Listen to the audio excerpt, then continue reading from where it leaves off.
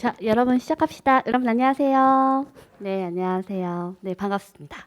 이렇게 보니까 네, 혹시 저를 오늘 처음 보시는 친구 인강을 포함하여 그런 친구들도 계시는군요. 네, 어쨌든 반갑습니다.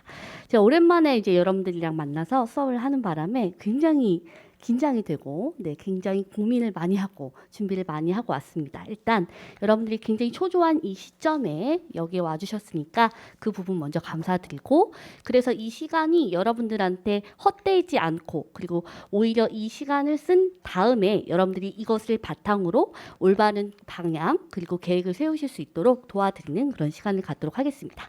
일단 바로 문제를 우리가 보기 전에 뭐를 볼 거냐면 여러분들께서 보내주셨던 질문들을 함께 이야기하면서 그 다음에 이야기해보는 시간을 갖도록 하겠습니다.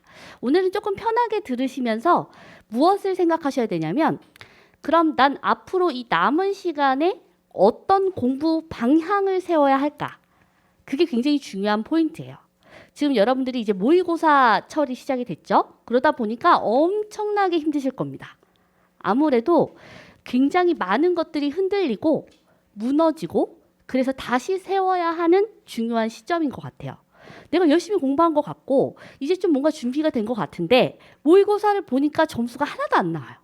근데 참 신기한 거는 여러분들만의 고민이 아니라는 거죠. 이거는 많은 친구들이 가지고 있는 고민이고, 그리고 여러분들의 선배들도 했었던 고민이기 때문에 모의고사 점수 자체에 운운하기보단 그럼 그 모의고사를 발판으로 어떻게 준비를 해야 되는지가 훨씬 더 중요한 포인트가 될 수가 있겠죠. 그리고 사실 여러분들을 보다 보면 이 시점부터 멘탈이 굉장히 많이 흔들려요. 멘탈만 흔들리면 뭐 상관이 없는데 멘탈만이 아니라 몸도 함께 망가집니다. 그래서 시험 날에 최상의 컨디션이 아니라 최악의 컨디션으로 시험장에 가는 친구들이 굉장히 많거든요. 사실 여러분들의 실력 때문에 떨어지는 케이스보단 컨디션 조절을 잘못해서 건강상 문제 때문에 그것 때문에 미끄러지는 케이스가 더 많다라는 것을 여러분들께서 꼭 기억을 해주셔서 정신적인 거, 몸적인 거 굉장한 관리가 필요한 시점이라는 걸 꼭 기억해 주셨으면 좋겠어요. 그래서 오늘 여러분들한테 마인드 컨트롤은 당연하지만 건강적 측면에 대한 이야기도 중간중간에 강조드릴 텐데 그만큼 그게 합격을 좌우하더라. 그걸 꼭 기억하셔야 돼요. 작년에도 그렇고요. 해마다 어떤 친구들이 나오기 시작하냐면 정말 열심히 준비해서 한 가을 정도에 이렇게 하면 나 이번에 올해 합격하겠네. 언어 이렇게 하는 거구나. 언어만 오른 게 아니라 자료랑 상황도 올랐어요. 올해는 나 무조건 합격이네. 라는 확신까지 받았던 친구였어요. 그런데 그 친구가 무슨 말도 안 되는 행동을 했냐면 한 달 전에 이제 너무 불안한 거예요. 모의고사 점수도 안 나오고 하니까. 근데 스터디를 하던 어떤 친구가 나 사실 어떤 약을 먹었는데 말이야. 그걸 먹으니까 마음이 편해져. 너도 한번 모의고사 볼 때, 전국 모의고사 볼 때 한번 먹어볼래? 하면서 어떤 약을 준 거예요. 지금 우리가 이렇게 들으면 무슨 병신 같은 행동이야 이렇게 생각할 수도 있어요. 그렇죠? 말도 안 돼. 그거를 먹고 앉아서 이렇게 생각하실 수도 있는데 우리가 시험을 한 번만 보는 친구도 있지만 거듭 보는 친구들이 훨씬 더 많거든요. 그래서 첫 번째 시험보다 두 번째, 세 번째 시험이 훨씬 더 무서워요. 시간이 갈수록 더 초조하고. 그래서 그 작은 거에 하나에도 흔들리게 되고 그러면 정말 이 약을 먹으면 괜찮단 말이야? 그런 말도 안 되는 비합리적인 생각까지 하더라는 거예요. 그래서 그 친구가 정말 바보같이 그 약을 먹게 됩니다. 왜냐하면 그 스터디에서 줬던 그 친구도 나름 처방을 받은 거니까 괜찮겠지 라고 생각을 했던 거예요. 그래서 불안감을 낮춰주는 약이었고, 그래서 자기는 나름대로 전국 모의고사 때 테스트를 해봅니다. 그랬더니 괜찮아요. 어머, 이거 약 먹으니까 좀 더 집중도 잘 되는 것 같고 뭔가 좀 더 불안감도 없고 끝까지 사고하네. 나 이거 글도 잘 읽히네. 라는 또 말도 안 되는 비합리적인 생각을 하게 됩니다. 그래서 그 친구 어떻게 해요? 하나를 더 먹습니다. 용량을 초과했죠. 네, 이렇게 얘기하면 말도 안 돼 또 이렇게 생각할 수 있지만 자기가 한번 효과를 본 거예요. 한 번도 전국 모의고사에서 자기가 원하는 점수를 받아본 적이 없는데 점수가 나온 거예요. 약 때문인가 보다라는 말도 안 되는 생각한 거죠. 그래서 용량을 하나 더 먹었어요. 그랬더니 더 잘 나온 건 아닌데 똑같이 그 점수와 비슷하게 전국 모의고사에서 점수가 나오더라는 거예요. 이 친구는 그럼 난 시험날 이거 먹어야 되겠다 해서 그 약을 시험날 먹었어요. 자, 어떻게 됐을까요? 잘 안 됐겠죠. 시험 먹다가 갑자기 와장창 멘탈이 무너지면서 눈물이 뚝뚝뚝뚝 떨어지더래요. 뭔가 자기가 컨트롤할 수 없는 상황이 나온 거예요. 내가 나의 의지만으로는 전혀 컨트롤할 수 없는 상황이 벌어지다 보니까 시험장 내내 3교시, 4교시 계속 헌법 때부터 마지막 시간까지 눈물만 흘리다 왔대요. 그 친구는 정말로 힘들었어요. 왜냐하면 자기가 열심히 공부했고 나의 그 순간적인 잘못된 선택 때문에 내 노력이 물거품 됐잖아요. 이게 굉장히 극단적인 케이스이긴 합니다만 이게 여러분들한테 다 통할 거라고 제가 말씀드리는 건 아니에요. 하지만 그 정도로 불안한 친구들도 생긴다라는 것이고 그러다 보면 비합리적인 방법을 택하기도 하고 엉뚱한 방향으로 가기도 한다는 거예요. 여러분들께서 지금까지 열심히 준비를 한 만큼 지금부터 그 작은 선택 그리고 제일 중요한 것 중에 하나는 어떤 거냐면 귀를 닫는 겁니다. 같이 스터디를 하는 친구도 선배들도 이제는 나한테 도움을 줄 수 없어요. 그래서 지금부터는 철저히 귀를 닫고 여러분들의 의지와 여러분들의 선택으로서 모든 것을 만들고 완성을 하고 마무리를 해야만 후회 없는 결과가 나올 수가 있습니다. 그래서 지금 이 시점이 불안하기 때문에 여기저기 조언을 구하고 여기저기 귀를 오픈해서 오히려 사람들의 말을 듣습니다. 특히 부모님도 마찬가지고요. 제가 여러분들한테 질문을 먼저 수합했을 때 제일 많이 나온 것 중에 하나가 마인드 컨트롤이었고 그리고 여러분들의 마인드를 제일 많이 흔드는 사람이 누구냐면 엄마예요. 네, 의외로 그렇습니다. 어머니와 아버지가 힘을 줘야 되는데 거꾸로 압력을 주거나 부담을 주거나 엄마 아빠 때문에 혹은 동생 때문에 내가 이번 시험에 반드시 합격해야 된다는 압박이 굉장히 큰 상태로 시험을 보게 된다는 거죠. 그런 것들도 독이 될 수 있다면 사실 지금부터는 그러한 요소들을 모두 다 제거해서 오로지 앞으로 시험 보는 그 직전까지는 나한테만 온전히 투자하고 나만 온전히 바라볼 수 있는 시간을 만들어 주셔야 됩니다. 아셨죠? 언어 논리는 결국에는 나의 사고의 힘이 끝까지 여러분들을 끌어가 줘야 되기 때문에 그 부분을 꼭 기억해 주시면서 시작을 하시면 좋을 것 같아요. 자, 그래서 이 친구가 이렇게 한번 물어봤습니다. 선생님, 시험장에서 반드시 챙겨야 할 사고 3가지는 무엇일까요? 이 2가지로 나눠서 설명을 드릴 거예요. 하나는 그냥 전반적인 것, 그다음에 2번째는 언어 논리. 자, 그럼 일단 전반적인 것 중에서 가장 중요한 거는 제가 지금 말씀드렸던 거랑 관련이 있습니다. 자기 자신에 대한 믿음. 나에 대한 믿음이 흔들리는 순간 언어 논리를 비롯한 PSAT는 고득점 혹은 합격선에 올라갈 수 없습니다. 여러분들이 시험을 보는 거는 지금 사고를 해서 판단을 한 것. 판단이라는 건 뭐예요? 결국 이게 맞다 틀리다에 대한 나의 확신과 믿음이 없으면 할 수 없는 것이죠. 근데 시험장 가면 굉장히 많이 흔들리게 됩니다. 나를 못 믿는 거예요. 내가 능력이 부족해서가 아니에요.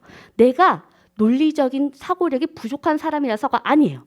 내가 독해력이 부족한 사람이라서가 아니에요. 일단 우리가 그 전까지 공부를 했다면 그건 이제 완성되었다고 생각하셔야 돼요. 내가 독해력이 부족해, 내가 사고력이 부족해가 아니라 난 되어 있고 이거를 끌어올리는 방법을 생각을 해주셔야 돼요. 그래서 시험장 안에서는 무조건 나에 대한 믿음이 굉장히 중요합니다. 제가 아까 어머님에 대한 말씀을 했는데 이런 친구들이 있어요. 간혹. 선생님, 엄마 아빠가 올해까지만 하래요. 너 올해까지만 하고 올해 떨어지면 그만해. 아니면 취업 가든가 하든. 근데 어머님들은 굉장히 쉽게 생각하는 게 있지 뭐 취업이 그렇게 쉽진 않습니다. 굉장히 어렵잖아요, 여러분들. 지금은 아무것도 쉬운 길이 없어요. 근데 이제 쉽게 말씀하시는 분들은 취업해라. 공기업가. 뭐 그건 뭐 어디 쉽나요? 똑같지. 그래서 사실은 쉽지 않은데 부모님들은 그렇게 말씀하시는 경우들도 있어요. 올해 안 되면 넌 안 되는 거니까 그만해. 근데 제가 오랫동안 학생들을 보면서 확실하게 말씀드릴 수 있는 거는 딱 이거예요. 포기만 안 하면 합격하는 시험이다. 이 시험은 그래요. 그러면 여러분들 선생님 정말이에요? 이렇게 말씀하실 수 있는데 작년에 굉장히 제가 좋아했던 좋아했던 이러니까 이상하네요. 남학생을 얘기하려고 했는데 좋아했다는 게 이상하잖아요, 그죠?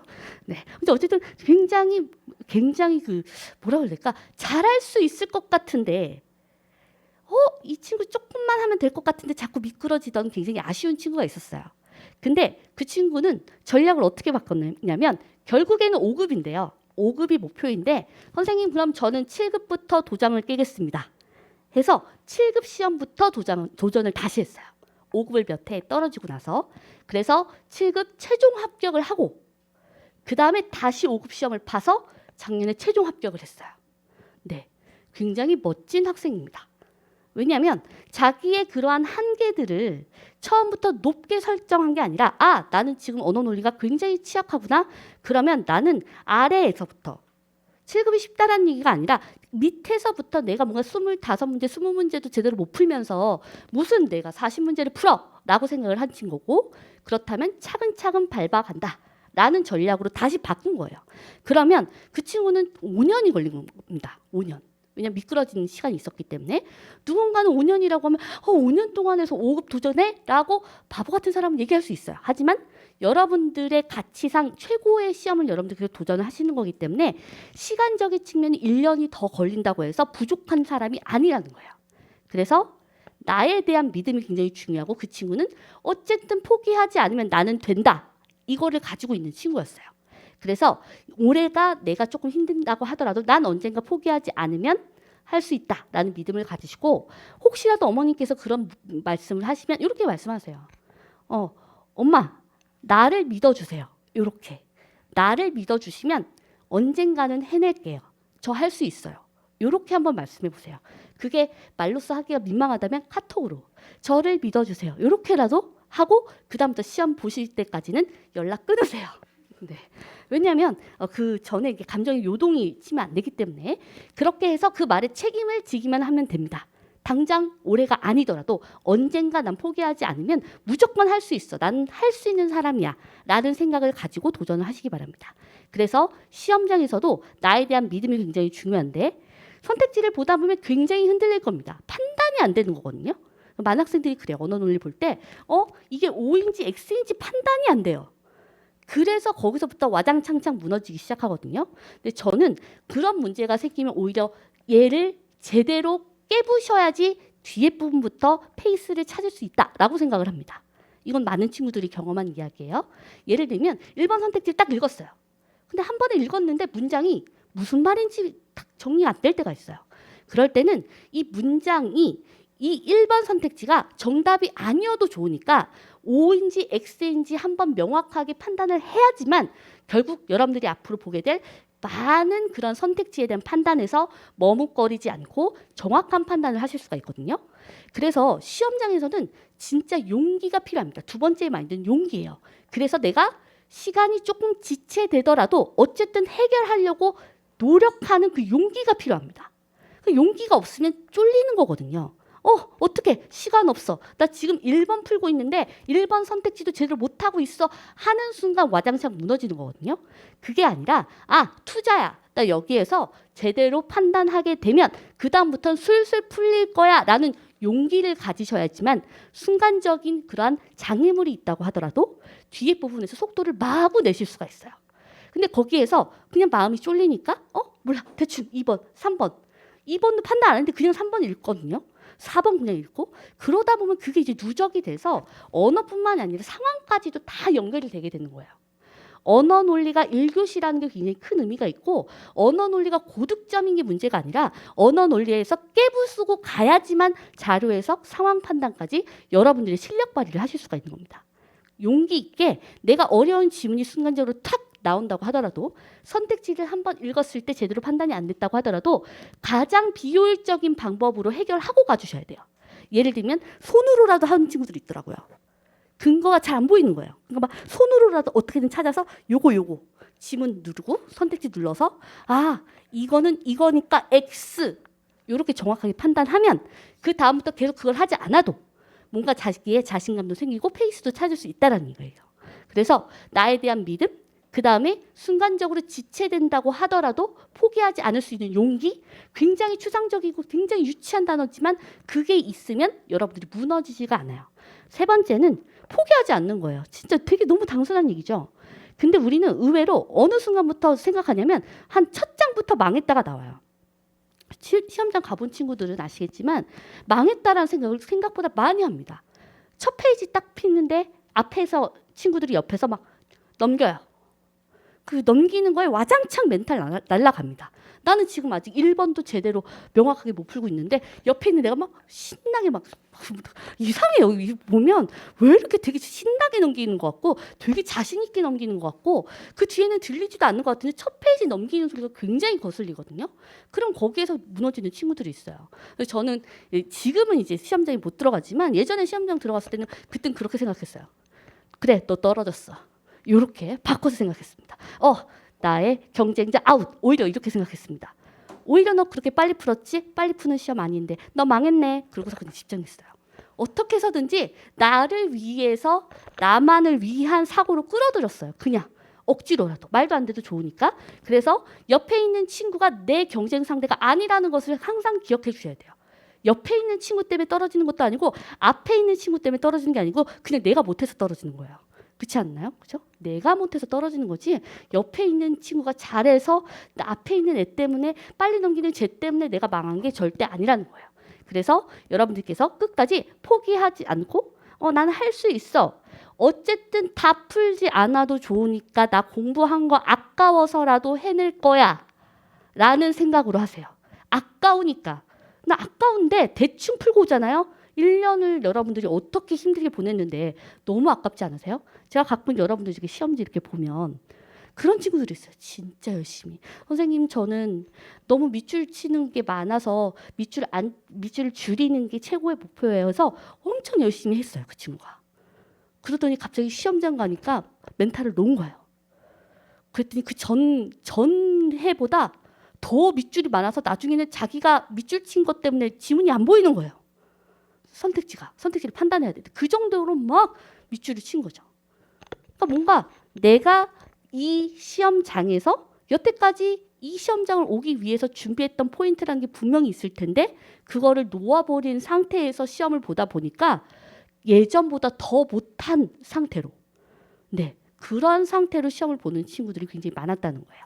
그래서 여러분들에게 굉장히 추상적이고 너무나도 기본적인 그러한 이야기지만 그 세 가지의 포인트를 꼭 기억을 하시면서 시험장에 들어가 주셔야 여러분들 상황 판단 끝날 때까지 포기를 하지 않고 언어를 망했다고 해도 자료 해석 때문에가 망할 수 있지만 상황 판단 때문에라도 어떻게든지 평균을 맞춰서 합격하면 되는 시험이거든요. 그래서 여러분들이 너무나도 시험장 안에서 움츠리지 않은 상태로 여러분들의 실력 발휘를 마음껏 하실 수 있어야 된다. 이런 이야기를 해드리고 싶었습니다. 되게 이제 힘든 게 뭐냐면 제가 나이가 드는 게 참 힘든 것 같아요.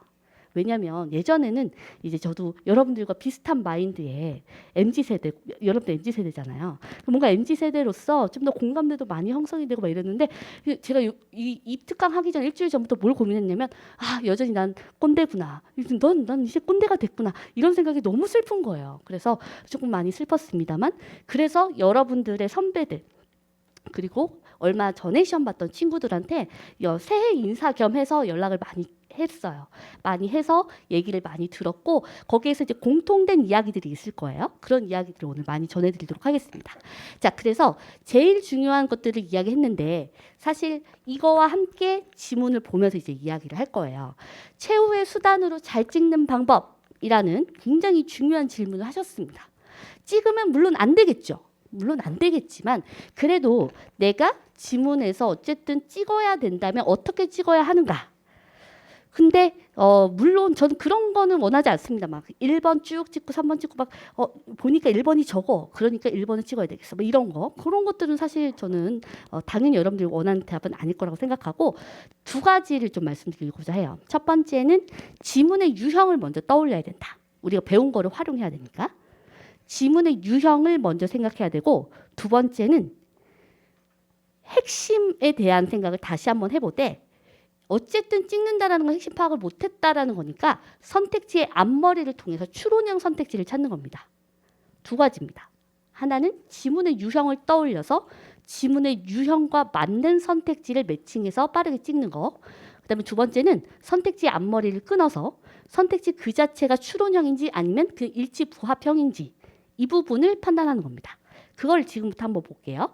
자, 예를 들면 문제 1번 한번 볼게요, 여러분들.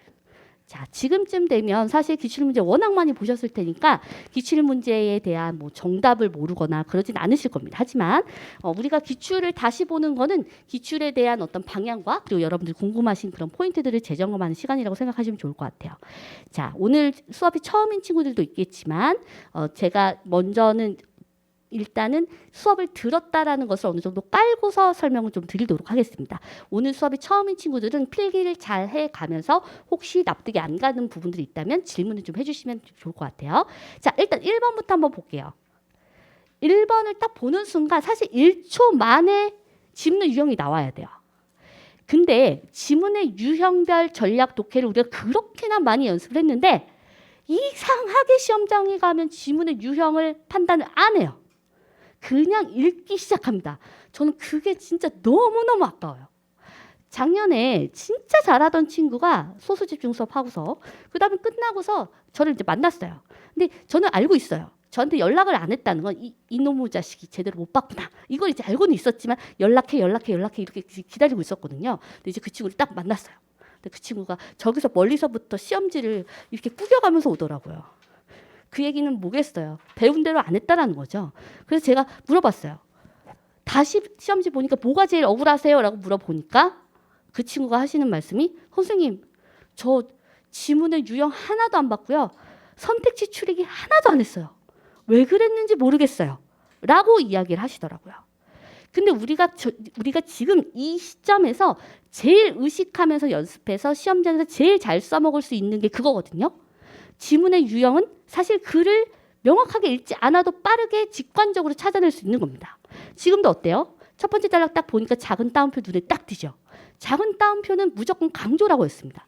읽지 않아도 지금 지문 안에 들어가지 않아도 작은 따옴표의 존재를 먼저 보고 들어가는 거예요. 작은 따옴표 2개네. 수치심, 죄책감 2단어를 딱 주는 순간 피셋은 무조건 비교라고 그랬잖아요.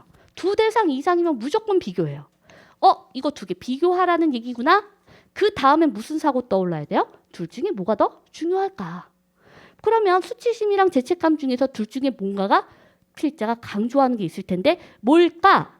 물론 지문을 읽어서 지문 내용상 강조하는 경우도 있지만 아까 지금 이 친구가 질문한 거는 최후의 수단으로 어쨌든 직관적으로 빠르게 찍는 걸 얘기한 거잖아요. 그러면 항상 우리는 사고가 먼저 와야 돼요. 둘 중에 뭐가 더 필셋이라면 강조할 가능성이 높을까요? 뒤에 있는 거. 그렇죠. 죄책감을 강조할 가능성이 크겠죠. 그럼 정말 죄책감을 강조하는지 확인해보자 했는데 어디에서 확인해야 돼요? 마지막 단락에서 확인해야 돼요. 왜냐하면 항상 마지막으로 마무리하는 녀석이 중요하기 때문에. 근데 누구로 끝납니까? 죄책감으로 끝나나요? 지금? 뭐로 끝나죠? 우리 다들 아직 안 친해가지고 아무도 대답을 안 해주시네요. 그렇죠. 수치심으로 끝나죠. 그렇죠?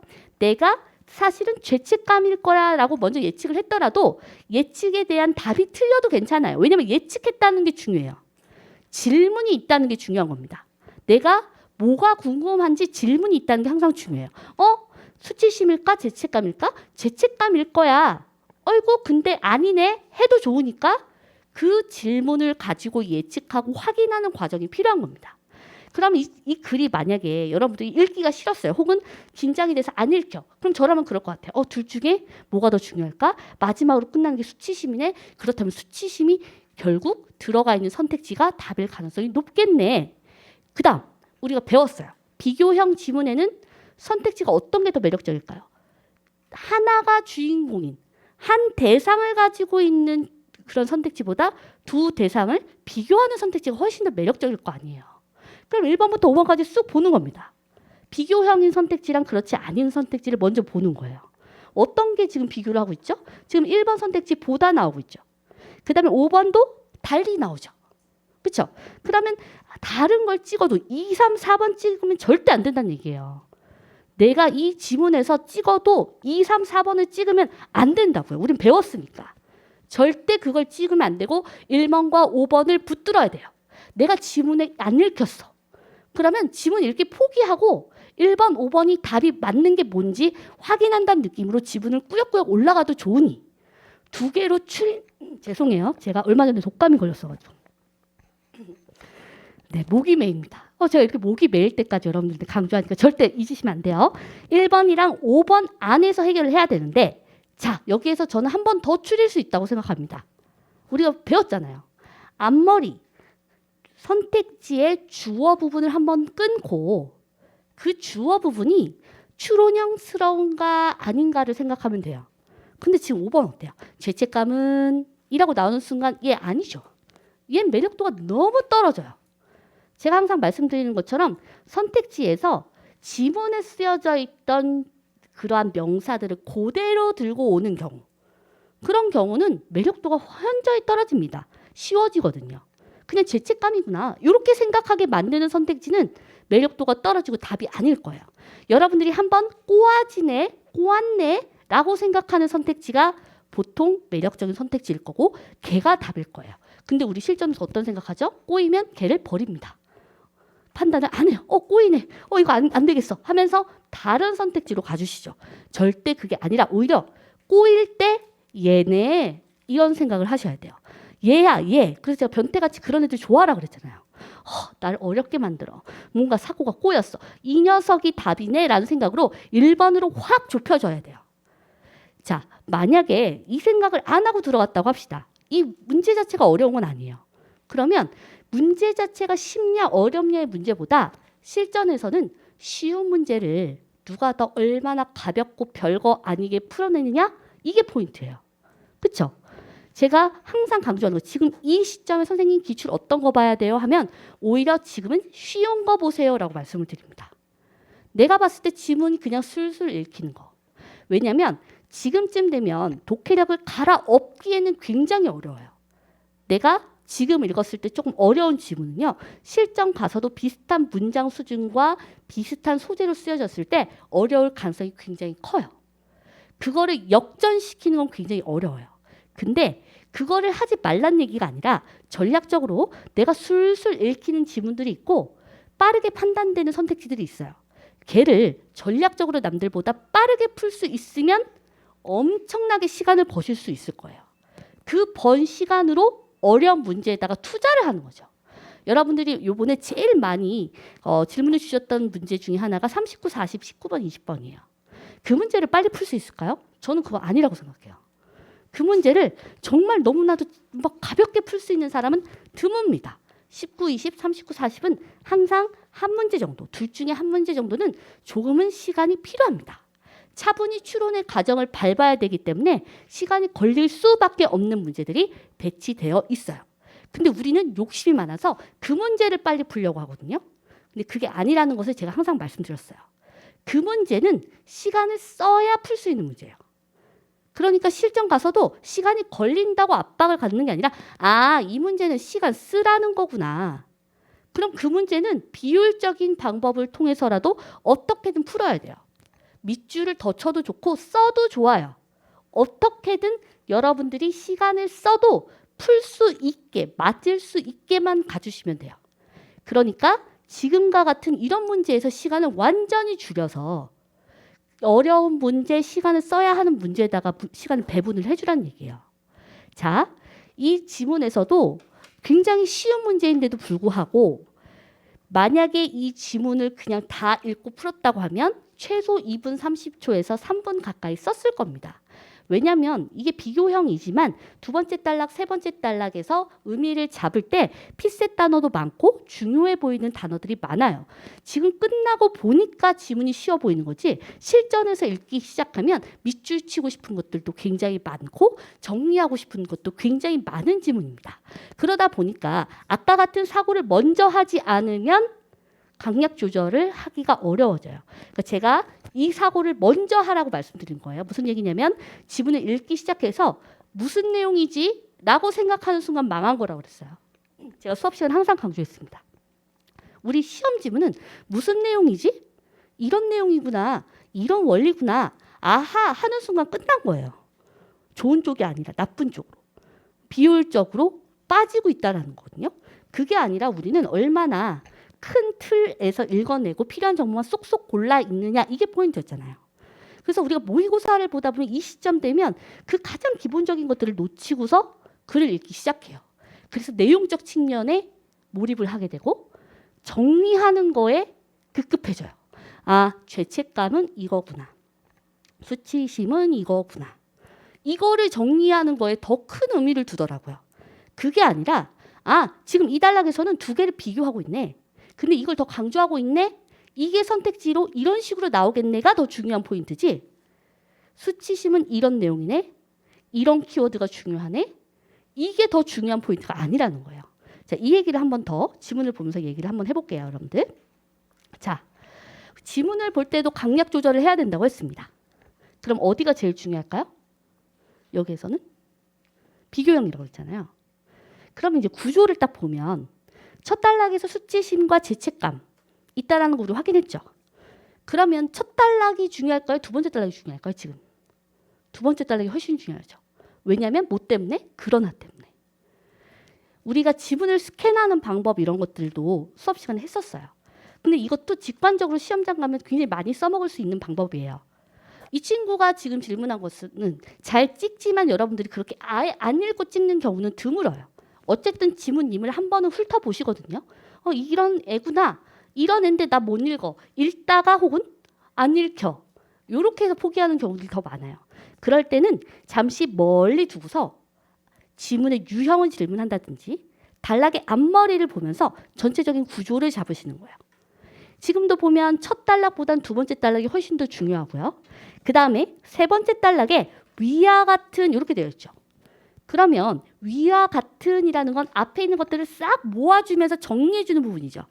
그러면 두 번째 단락보다 세 번째 단락이 훨씬 더 중요하죠. 그렇다면 나의 무게 중심은 뒤로 쏠린 상태에서 글을 읽어야 돼요. 이걸 이제 잘못 이해하면 모든 글은 다 마지막에 중요해. 선생님 마지막 단락에서 답이 안 나오는데요. 이렇게 빠지기 쉬운데 근데 그게 아니라 이 지문에서 얘기하는 거예요. 이 지문에서 필자는 마지막 단락에 포인트를 강하게 주고 있고 마지막 단락을 정확하게 독해를 하는 것이 답이 되는 선택지의 연결과도 굉장히 중요하다는 얘기예요. 그래서 내가 지문이 안 읽힐 땐 분명히 여러 가지 원인 중에 하나가 구조보다는 내용적 측면에 포커스를 뒀을 때 안 읽힌다는 느낌을 많이 받으실 거예요. 그게 아니라 실전에서는 어쨌든 정확하게 100% 읽는 거든 불가능해라는 걸 전제로 깔고 가야 돼요. 진짜 잘 읽는 친구들은요. 여러분들이 생각하는 것보다 더 날림으로 읽어요. 보셨을 거예요. 스터디에서도. 이렇게 보면 되게 대충 읽거든요. 그냥 그렇구나. 이런 게 있네. 이런 게 있네. 이런 게 있네. 이런 식으로 읽어요. 근데 이제 그들은 우리랑 같진 않아요. 그들이 이제 대충 읽는 수준이랑 우리 읽는 대충 수준이랑은 달라요. 그래서 그들 요새는 그런 프로그램이 많거든요. 문해력과 관련해서 막 이제 뭔가 테스트하고 그래서 그런 친구들이 나온 적이 있어요. EBS에서. 그럼 그 친구들은 어떻게 읽느냐? 그거를 실험한 적이 있어요. 그래서 EBS에서 나왔는데 너무 신기했던 이유가 뭐였냐면 그 대충이 있잖아요. 그 친구들 이 안경을 쓰고서 그 친구들의 시점을 이렇게 쫓는 그런 실험들이 있었거든요. 우리는 어떻게 읽냐면 되게 천천히 꼼꼼히 읽는다고 생각을 하는데 지문을 보면 우리예요. 우리. 일반적 우리. 지문이 이렇게 있으면 이렇게 볼 것 같잖아요. 근데 시선은 불안하니까 불안한 정말 이렇게 했다가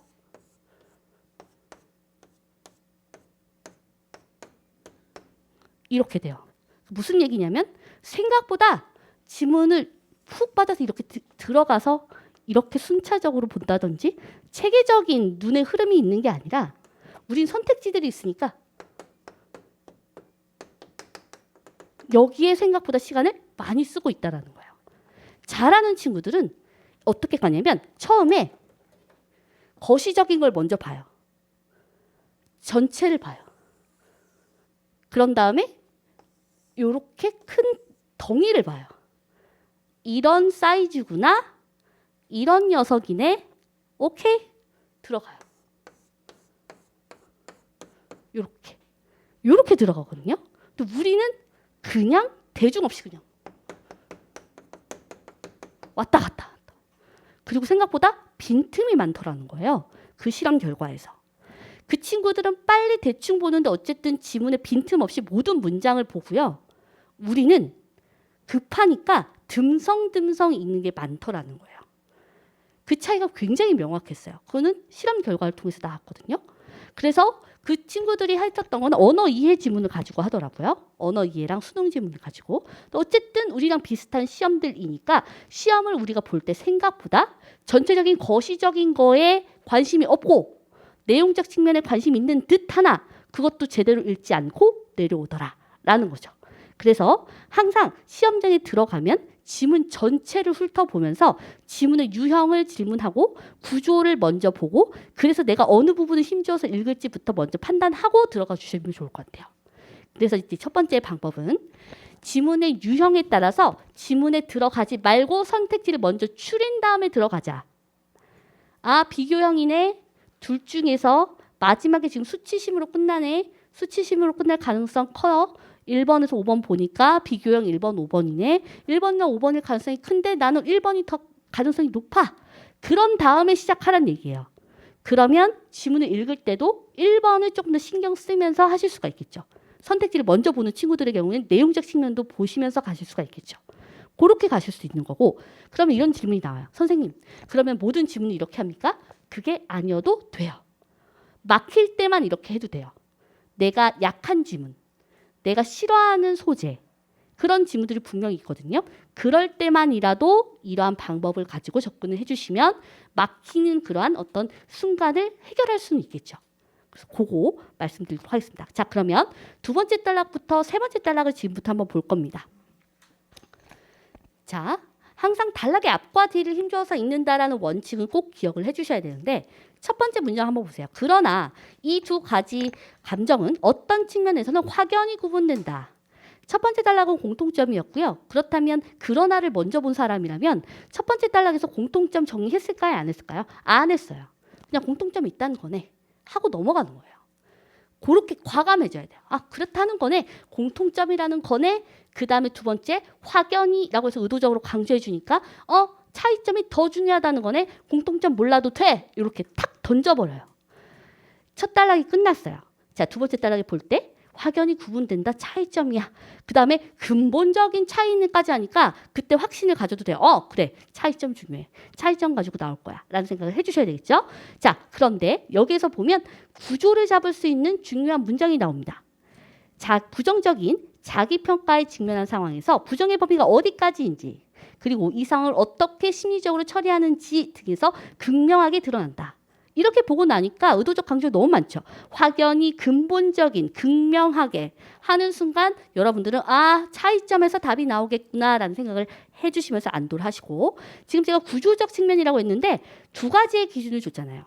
하나는 범위입니다. 그 상황에서 부정의 범위가 어디까지인지 그 다음에 어떻게 처리하는지 범위가 어디까지인지 어떻게 처리하는지 두 가지를 줬으면 딱 구조랑 연결될 수가 있겠죠. 범위에 대한 거는 어느 단락? 두 번째 단락. 어떻게 처리해야 되는지 마지막 단락. 그렇게 구조를 싹 잡아줘야 돼요. 이 구조 자체가 선택지에서 굉장히 중요한 역할을 하는데 왜냐하면 나중에 선택지를 볼 때도 구조적으로 보이기 때문에 그래요. 이 내용은 두 번째 단락에 대한 정보.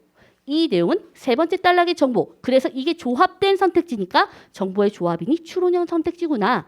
그래서 매력적인 선택지구나. 이게 답이네. 확신. 이렇게 해서 넘어가거든요. 자, 그러면 두 번째 단락에서 저는 그 범위라는 단어에 엄청 힘을 줄 겁니다. 부정의 범위가 어디까지냐. 근데 우리는 지금 비교하는 거란 말이에요. 그러면 어디까지가 판단이 끝나야 되냐면 누가 더 부정의 범위가 넓은지 좁은지까지가 두 번째 단락 읽고 났을 때 판단이 딱 완료가 돼야 돼요. 이것도 제가 지금 이 시점에서 강조드리는 포인트인데 의외로 우리가 단락이 끝났는데 처리를 안 하는 사람들이 너무 많아요. 제가 기초 입문 강의 때부터 매번 강조하는 것 중에 하나가 뭐였냐면 이거는 정보를 처리하는 시험이다.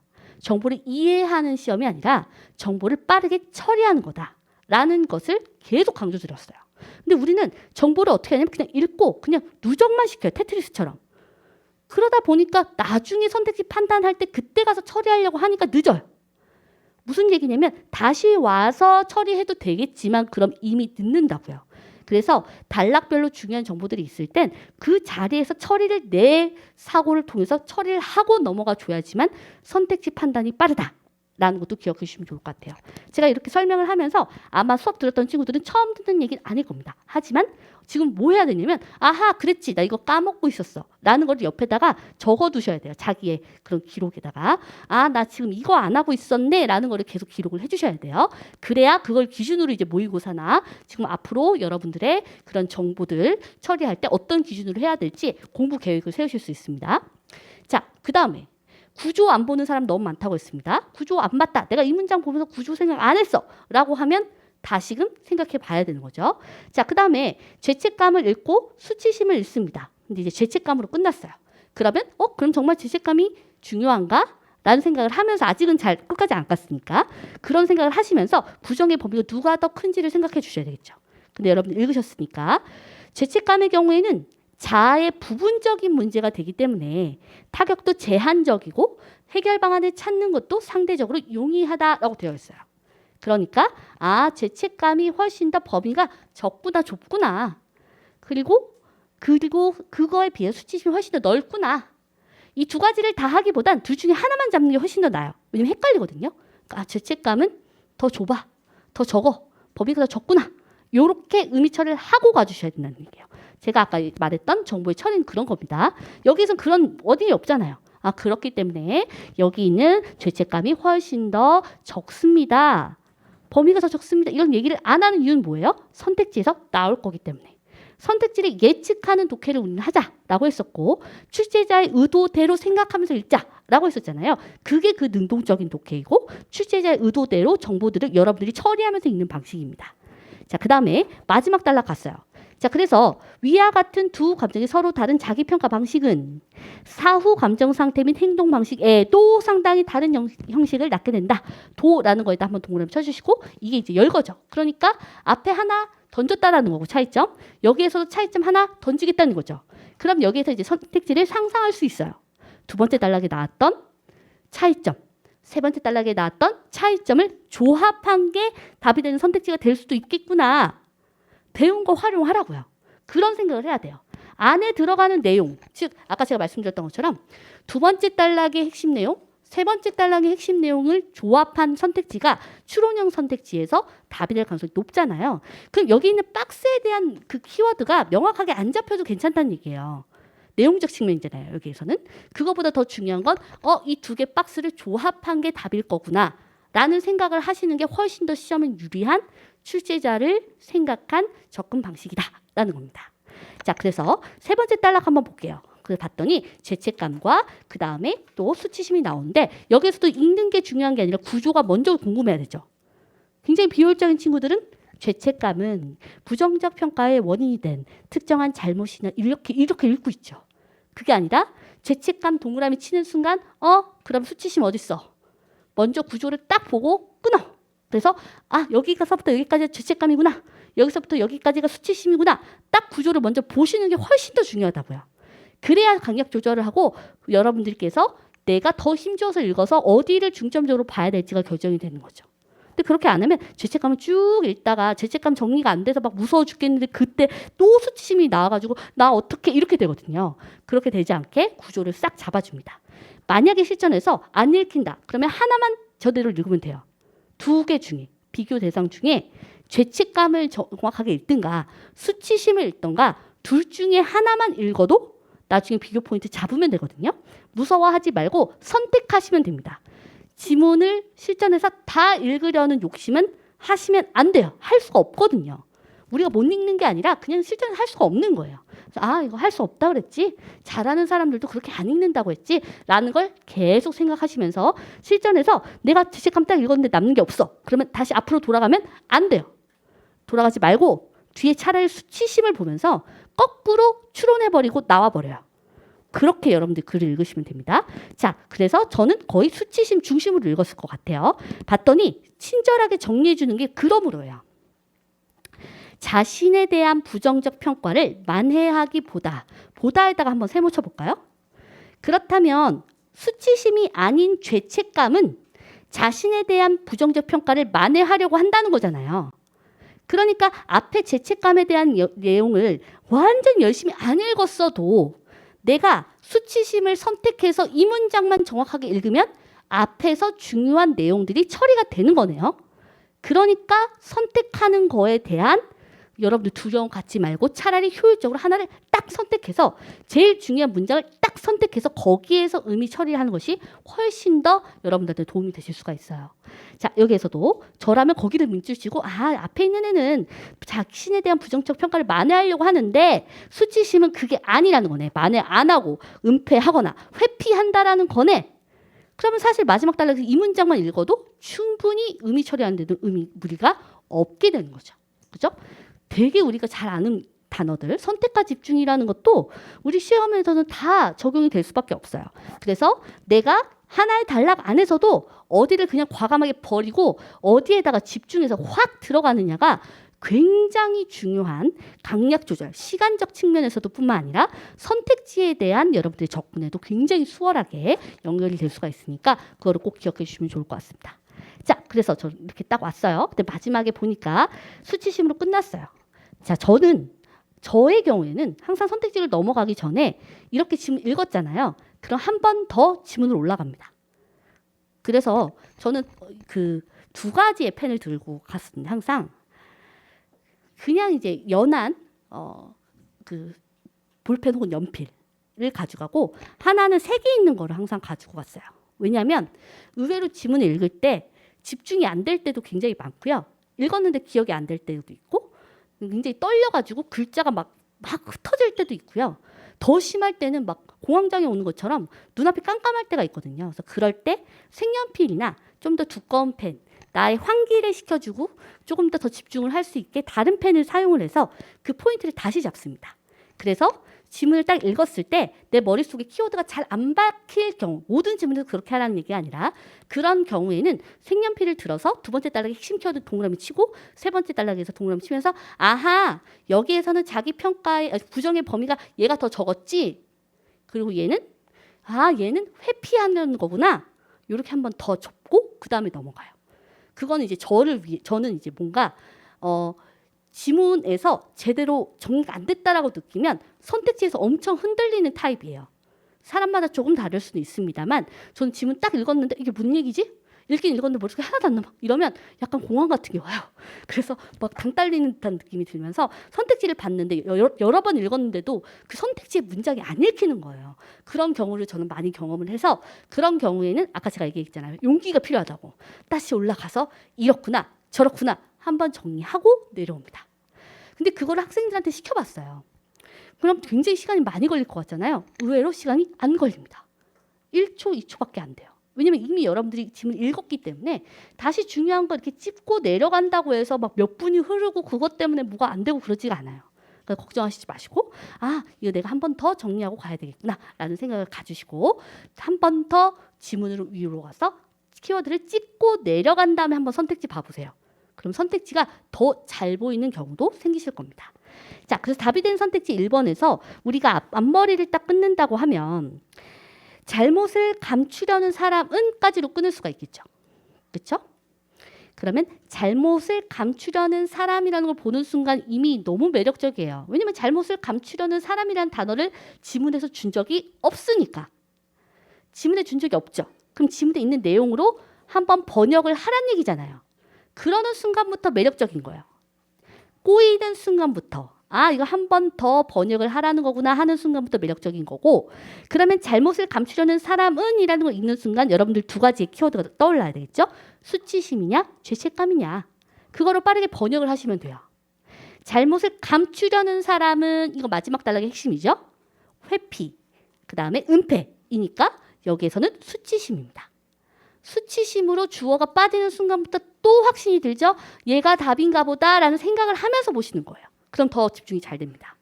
드러내는 사람보다 그럼 이제 드러내는 거는 이제 죄책감이죠. 그것보다 자기 평가에서 부정하는 범위가 넓다라고 했습니다. 그러면 이걸 보는 순간 이거는 두 번째 단락에서 판단하라는 거구나. 세 번째 단락과 두 번째 단락이 조합된다는 그런 선택지니까 추론형 선택지네 얘네라는 생각으로 만약에 뒤에 있는 부정의 범위에 대한 판단이 헷갈리면 다시 지문 올라가서 누가 더 범위가 좁은지 넓은지 최종적으로 확인하고 그 다음에 선택지를 판단해 주시면 돼요. 여기에서도 질문이 생각보다 많이 오는데 선생님 선택지 보고서 지문으로 다시 올라가야 되나요? 당연하죠. 이 정도는. 이렇게 매력적인데 2, 3, 4, 5번보다 1번이 이렇게 매력적이잖아요. 읽으면서 계속 얘 답일 가능성이 높아. 얘야. 라는 생각이 들었는데 다시 안 볼 거예요. 저라면 그렇기 때문에 더 다시 지문에 올라가서 정확한 근거에 따라서 판단할 것 같아요. 그거를 두려워하지 말라고요. 그거 한다고 해서 시간이 많이 흘러가지 않아요. 그 1, 2초예요. 1, 2초. 정말 제가 클리닉 하면서 재봤어요. 어떤 친구가 남학생이 굉장히 저랑 그 1대1로 클리닉 하면서 굉장히 의심이 많은 친구가 있었어요. 근데 그 친구 이제 잘 됐어요. 잘 됐으니까 비난해도 되죠. 그 친구가 이제 재경식 합격했는데 그 친구가 저랑 이제 2년 동안 소수 집중 수업도 하고 클리닉을 하면서 그 친구가 개인적으로 저한테 부탁했어요. 뭘 부탁했냐면 수업과 상관없이 선생님 제가 돈 드릴 테니까 저를 좀 문제 푸는 것 좀 봐주시면 안 돼요? 처음에는 변태인 줄 알았어요. 이게 뭘 갑자기 문제 풀어는 걸 왜 지켜보라는 건가 뭐 이런 생각이 들었는데 그렇다고 해서 돈을 받지는 않았습니다. 근데 이제 그 친구가 이렇게 앉아서 문제 푸는 걸 이렇게 보는데 선생님 제가 지금 다시 올라가는 거 할 거거든요. 시간 얼마나 초과되는지 한번 봐주시겠어요? 그러는 거예요. 그래서 쟀어요. 하나도 오히려 1, 2초도 차이 안 나더라고요. 그 친구는.